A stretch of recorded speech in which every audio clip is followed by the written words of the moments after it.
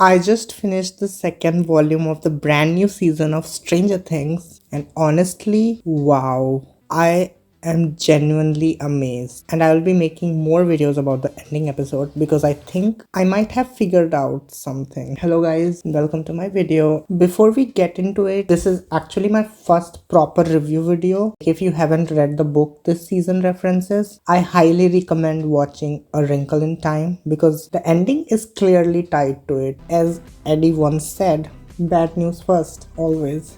I believe the biggest issue with this volume was pacing and the dialogue.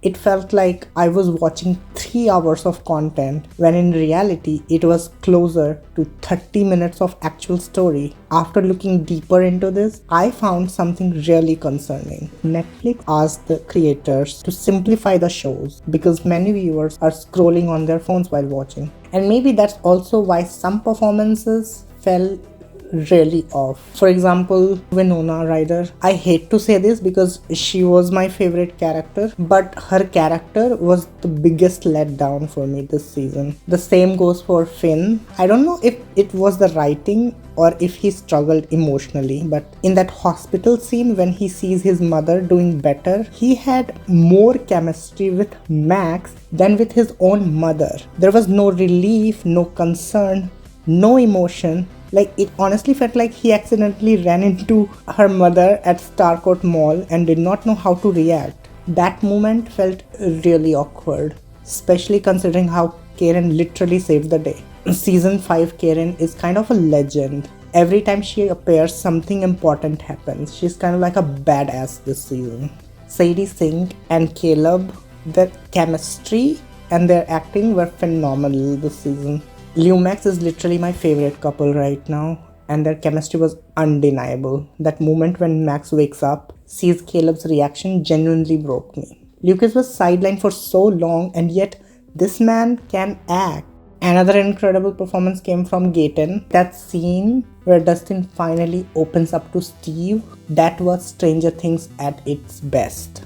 Watching Dustin shift from arrogant and sarcastic to a vulnerable kid, you could feel through the screen. And let's not forget, Dustin stopping Steve literally saved his life. I don't usually complain about plot armor, but Stranger Things was always that kind of show for me. But even so, like, I still expected like basic logic and continuity, but yeah, it failed to deliver that this season.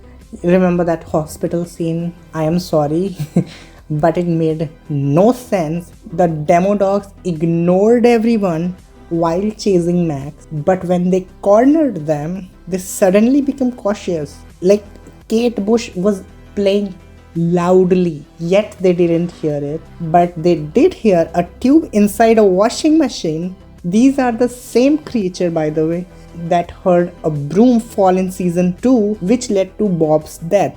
And the same applies to Nancy versus the military base.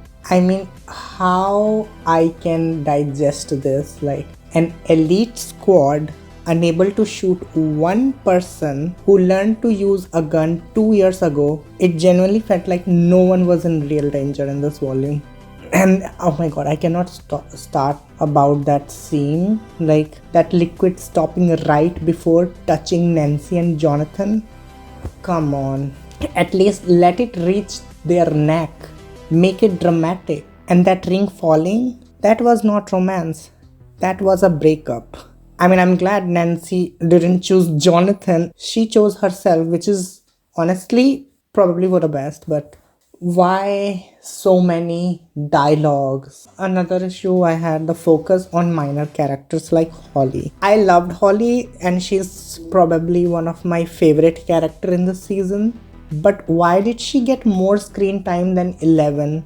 Season 4 built up 11 versus Vecna, right? And then volume 2 hits, completely shifted focus. Will Confession in particular, the timing was terrible. Like, I mean, they are about to launch the biggest operation of their life and everything stopped for that moment. I mean, I love that confession and everything, but it just felt too forced. Didn't come out as natural to me. Like, imagine if Mike had stayed silent and the episode just ended. That would have destroyed the fandom in the best way possible.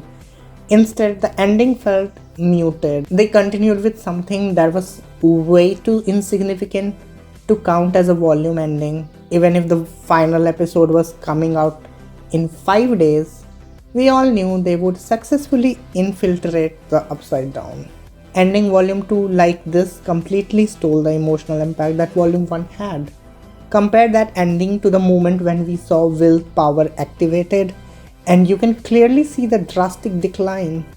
Those are my complaints about volume 2, and whether these issues are major or not, I will let you guys decide in the comments. But there are like good parts as well.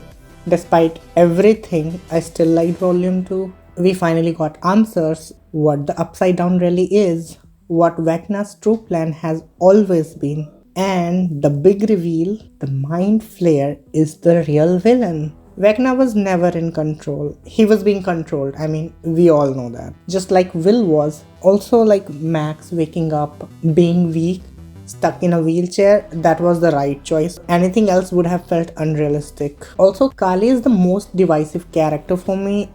I just don't understand the hate around her. She is literally the mirror of what 11 could have become without love and support. 11 had Hopper, she had friends, she had guidance. Kali had none of that. She grew up with criminals, and yet she chose to kill the people who was involved with the project and take her revenge. Her revenge makes sense, but still something feels off. Like the way she talks about Henry, for example, the way she treats 11. I wouldn't be surprised if she betrays them. And that scene with pregnant woman being infused with blood, that's straight up Project MK Ultra, which connects directly to 11's origin. With only one episode left, I am worried there's a lot to resolve and not a lot of time. I really hope the ending is not rushed. Overall, Volume 2 was weaker than Volume 1, but still delivered answer.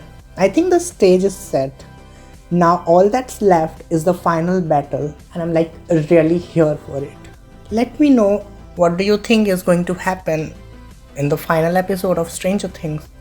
Do you think is anybody dying or they are protected? Do you think 11 could die? Let me know in the comment. Thank you so much for watching, guys.